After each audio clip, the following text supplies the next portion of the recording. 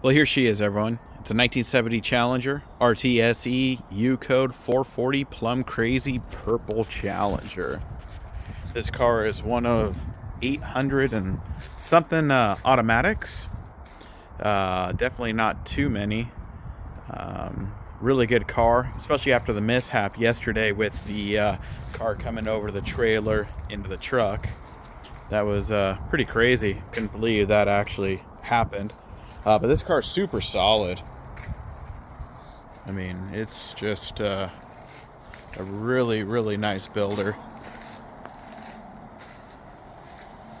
Got tons of parts with it. New SE trim panel for the taillights in the rear. That's OEM, that's brand new.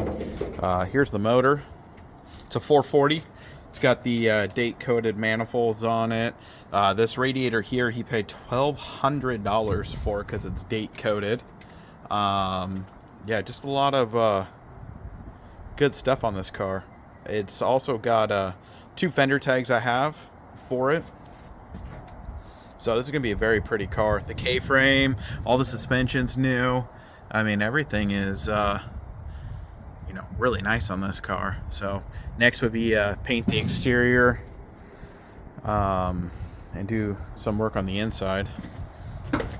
But I pretty much have everything. I have the dash, everything in the car. Right here, it's got rust on both sides for whatever reason, so that needs to be patched up and cleaned up. But other than that, I mean, there's nothing really wrong with this car.